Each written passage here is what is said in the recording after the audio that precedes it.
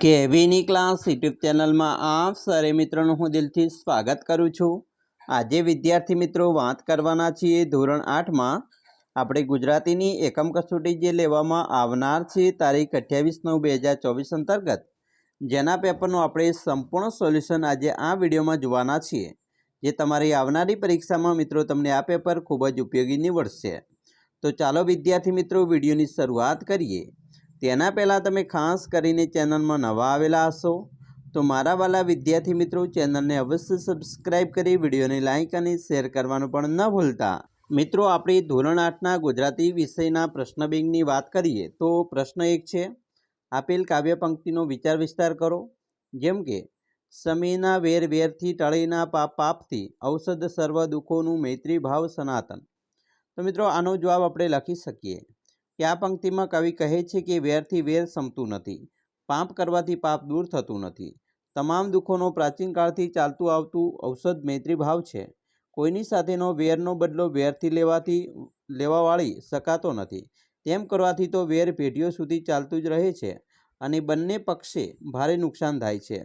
રાજપૂત રાજાઓ તેનું ઉદાહરણ છે। કોઈના પાપની સામે પાપ કરવાથી પાપનું પોટલું મોટું થતું જાય છે। મિત્રતા જ રામબાણ ઉપાય છે। વેરી અને પાપી સાથે મૈત્રીભાવ રાખવાથી વેર અને પાપ ટળે છે અને વ્યક્તિનું હૃદય પરિવર્તન થાય છે।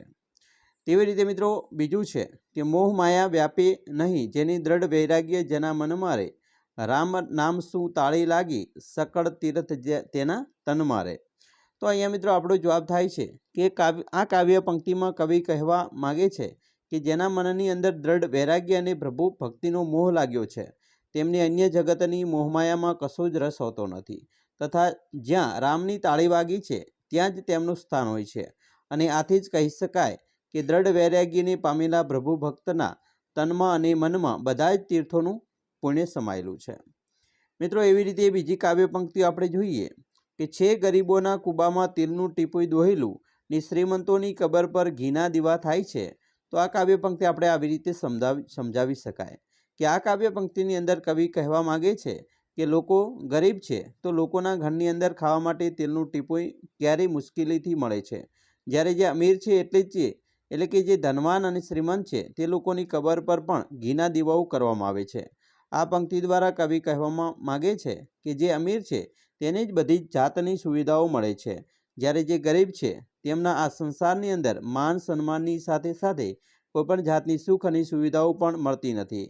ક્યારેક ક્યારેક તો ગરીબોને ભૂખ્યા રહેવાનો વારો આવે છે, જ્યારે એટલું જ ખોરાક તો અમીરો ફેંકી દેતા હોય છે। તેવી રીતે મિત્રો એના પછીની કાવ્ય પંક્તિ છે કે વિદ્યા પુસ્તકમાં અને પર કબજામાં ધન, ભીડ પડે કામ ન આવે એ વિદ્યાને ધન। તો એની પણ કાવ્ય પંક્તિ આપણે આ રીતે સમજાવી શકીએ છીએ કે આ કાવ્ય પંક્તિ દ્વારા કવિ સમજાવવા માગે છે કે માત્ર પુસ્તકમાં પડેલું જ્ઞાન અને અન્ય વ્યક્તિના કબજામાં પડેલું તમારું ધન જ્યારે તમને સાચી જરૂરિયાત હોય છે ત્યારે ક્યારેય પણ કામ આવતું નથી, માટે પુસ્તકમાં રહેલા જ્ઞાન અને પોતાના જીવનમાં ઉતારો અને પર કબજામાં પડેલા ધનને પોતે છોડાવો, જેથી કરી અને જ્યારે તમારી મુસીબત આવે ત્યારે આ ધન અને જ્ઞાનનો ઉપયોગ તમે કરી શકો। એવી રીતે મિત્રો અહીંયા પણ છે, સંપત ગઈ તે સાંપડે ગયા, વળે છે વહાણ, ગત અવસર આવે નહીં, ગયા ન આવે પ્રાણ। તો એનો પણ મિત્રો આપણે કાવ્ય પંક્તિ આ રીતે સમજૂતી આપી શકાય। એના પછી નમતાથી સૌ રીજે, નમતાને બહુમાન, સાગરને નદીઓ ભળે, છોડી ઊંચા સ્થાન। તો એની પણ કાવ્ય પંક્તિ આપણે આવી રીતે સમજૂતી આપી શકાય। એના પછી ઊંચી નીચી ફર્યા કરે છે જીવનની ઘટમાળ, ભરતી તેની ઓટ છે ને ઓટ પછી જુવાળ। તો આ કાવ્ય પંક્તિ મિત્રો આપણે સમજૂતી આપેલી છે, તેની પણ એકવાર તમારે વાંચી લેવાની છે। અહીંયા મિત્રો પ્રશ્ન બેંક આધારિત છે એટલા માટે બધી જ કાવ્ય પંક્તિ આપણે જોવી જરૂરી છે। પૃથ્વી સમૂહ નહીં બેસણું, આપ સમૂહ નહીં છત્ર, પ્રેમ સમી નહીં માધુરી, આપ સમો નહીં મિત્ર। તો આ કાવ્ય પંક્તિને આપણે આ રીતે સમજાવી શકાય। 9 સફળતા જિંદગીની હસ્તરેખામાં નથી હોતી, ચણાયેલી ઇમારત એના નકશામાં નથી હોતી। એવી રીતે મિત્રો આપણે જોયું। 10મી છે પોપટ કોયલ બોલ થોડા પણ લાગે ભલો, વૃથા ગુમાવે તોલ બહુ બોલીને દેડકા। બરાબર। હવે આપણે જોઈશું પ્રશ્ન 2। આપેલા પ્રશ્નોના ટૂંકમાં જવાબ આપવાના છે, જેમાં પહેલું છે કે અનાજ મારું નથી એમ જગુડસા શા માટે કહે છે? તો એનો જવાબ પણ લખી શકાય કે કારણ કે એમના રાજ્યોની અંદર દુકાળ પડ્યો છે, લોકો અનાજ માટે વલખા મારી રહ્યા છે, ત્યારે રાજાની વિનંતી પર જગડુશાએ પોતાના કોઠારો પ્રજા માટે ખુલ્લા મૂક્યા છે, માટે જગડુશા કહે છે કે અનાજ મારું નથી, આ રાજ્યના રાજા અને એમની પ્રજાનું છે. બીજું, ખેડૂતનું મન શાંતિ આનંદદાયી થયું છે. તો એનો જવાબ છે કે કારણ કે દૂર આકાશમાં કાળો વાદળો ઉમટી પડ્યા છે, વરસાદ આવવાની તૈયારી છે, માટે ખેડૂતનું મન આનંદિત થયું છે. ત્રીજું છે, નોટને સિક્કા નાખ નદીમાં, એવું કવિ શા માટે કહે છે? તો કારણ કે કવિ પૈસાને પ્રાધાન્ય આપવા કરતાં સાદું અને સાત્વિક જીવન જીવવાને વધુ પ્રાધાન્ય આપે છે, માટે કહે છે. ચોથું છે, એક મુલાકાત પાઠની કઈ વિગત તમને વધારે ગમી? તો એનો જવાબ છે કે એક મુલાકાત પાઠની અમને ગાંધીનગરની જે શાંતિ અને પ્રાકૃતિક સૌંદર્ય છે તે બાબત ખૂબ ગમી. બરાબર. રાજા સાથી જગડુશાથી પ્રભાવિત થયા હતા. તો એનો જવાબ છે કે કારણ કે જગડુશાએ પોતાના અનાજની વખારો રાજા અને ભૂખે મરતી પ્રજાના નામે કરી દીધી હતી, માટે રાજા પ્રભાવિત થયા. છઠ્ઠું, ખેડૂતના સાચા સાથીદાર કોને કહી શકાય? તો બળદોને કહી શકાય. 7, મનુષ્યની તુલના શા માટે કવિએ પ્રેત સાથે કરી છે? તો કારણ કે અત્યારના મનુષ્યો મનુષ્યની નિસ્વાર્થ ભાવે મળવાનું ટાળે છે અને સ્વાર્થની લાગણીથી જુએ છે, માટે કવિ મનુષ્યની તુલના પ્રેત સાથે કરે છે. 8, તમે કયા સ્થળની મુલાકાત જવાનું પસંદ કરશો? તો આપણે ગાંધીનગર શહેરની મુલાકાત જવાનું પસંદ કરીશું.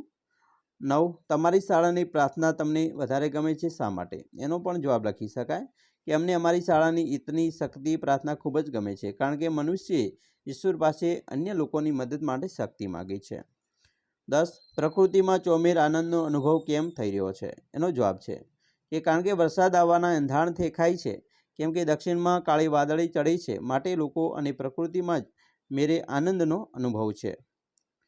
11, રાજાને જગડુશા બેમાંથી કયું પાત્ર તમને વધારે ગમ્યું, શા માટે? તો એનો જવાબ છે કે અમને જગડુશાનું પાત્ર ખૂબ જ ગમ્યું, કારણ કે તેમણે પોતાના ભાઈ ભાંડુ અને પોતાના રાજ્યની પ્રજા માટે પોતાની જ અનાજની કોઠારો હતી તેમનું દાન કરી દીધું હતું, એટલા માટે. 12, વખારો જગડુશાની છે, પણ એમાં અનાજ કેમ જગડુશાનું નથી? તો જવાબ છે કારણ કે જગડુશાએ પોતાના રાજ્યની આવામ અને પોતાના ભાઈ ભાંડુ માટે પોતાની વખારોનું તમામ અનાજ રાજાના ચરણે અર્પણ કરી દીધું, એટલા માટે. 13, ખેડૂત પોતાનો આનંદ કઈ રીતે વ્યક્ત કરે છે? તો આનંદ વાવણી કરીને વ્યક્ત કરે છે. એના પછી નેક્સ્ટ પ્રશ્ન છે, ગાંધીનગરને હરિયાળું નગર શા માટે કહ્યું છે?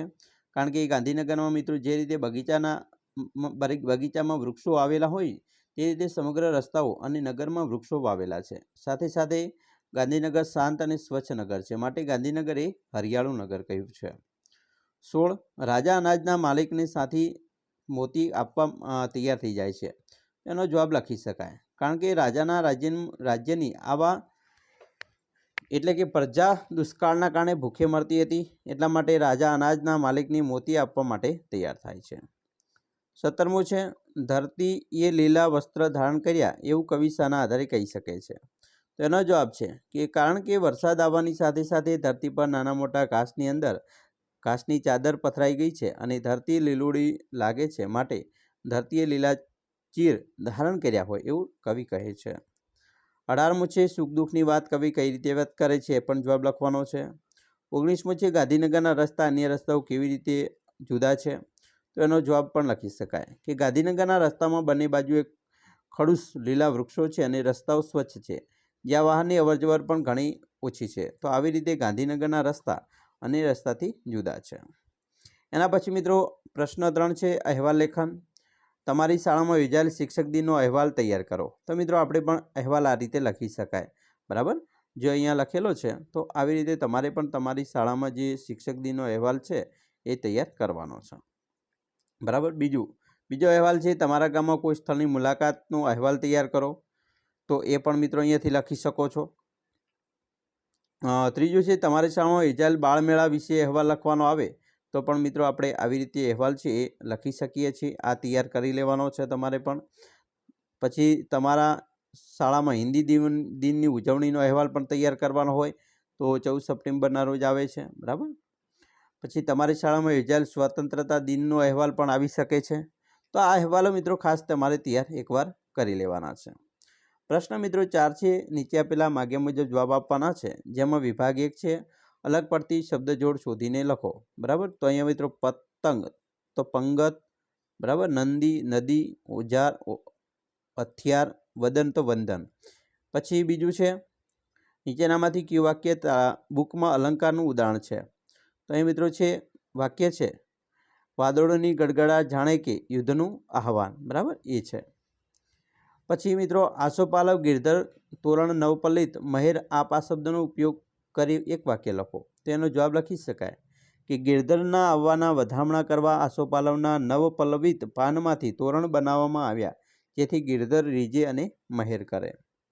એના પછી ચોથું છે ઈક પ્રત્યેનો ઉપયોગ કરી 4 ઉદાહરણ આપો. તો સામાજિક, ધાર્મિક, બૌદ્ધિક અને સાપ્તાહિક.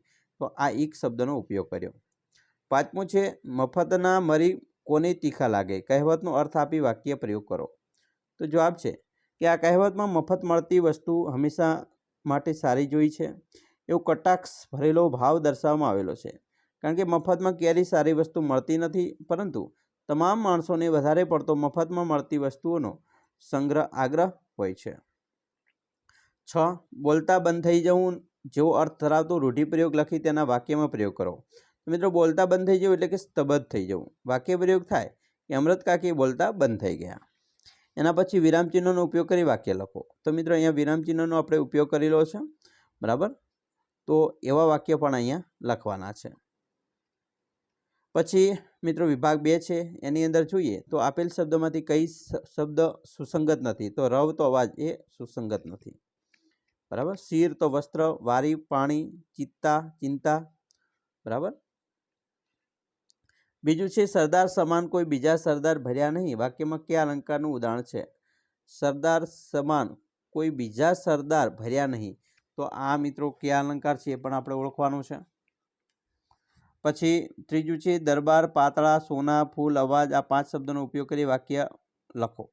તો મિત્રો આપણે લખી શકીએ કે દરબાર તો સાવજ જેવા અને ક્યારેક ક્યારેક લાગણીશીલ બને, ત્યારે ફૂલ જેવા દરબાર રીઝે તો પાતળામાંથી પણ સોનાનો ઢગલો કરી આપે. ચોથું આપેલો શબ્દમાંથી કયા શબ્દની જોડણી સાચી નથી? તો મિત્રો ટિકિટ બારી. બરાબર. નિરાંત થઈ જવ્યો અર્થ થાય છે મિત્રો રૂઢિપ્રયોગનો અર્થ આપવાનો છે નિરાશ થઈ જવી એટલે કે ધાર્યું મળી રહ્યું. અહીંયા મિત્રો નિરાંત થઈ જવી, નિરાશ નહીં પરંતુ નિરાંત થઈ જવી એટલે કે ધાર્યું મળી રહ્યું. જતીનભાઈને પોતાના ખોવાયેલું ધન મળી જતાં નિરાંત થઈ.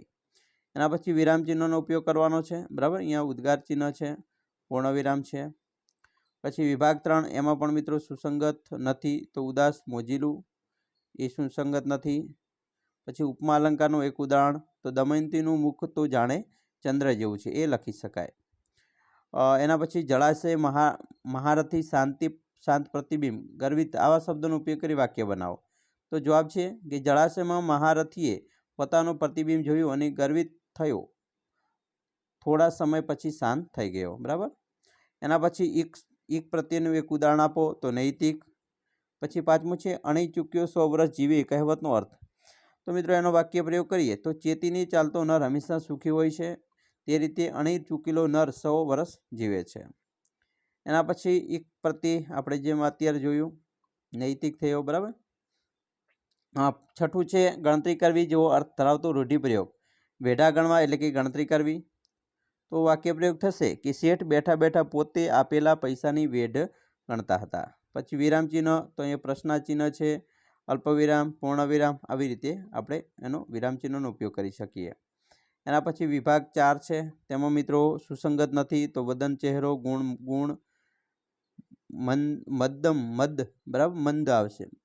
નિશ્ચિત. બરાબર. એના પછી બીજું છે આ ઇમારતનો હુંય પાયો છું, કયા અલંકારનું ઉદાહરણ છે? તો અહીંયા મિત્રો સજીવની વાત કરી છે, તો સજીવારોપણ થાય. પછી શિષ્યવૃત્તિની પરીક્ષામાં મહાદેવ સમયસર પહોંચી શક્યો નહીં, વાક્યમાં કયા શબ્દની જોડણી ભૂલ છે? તો પરીક્ષા.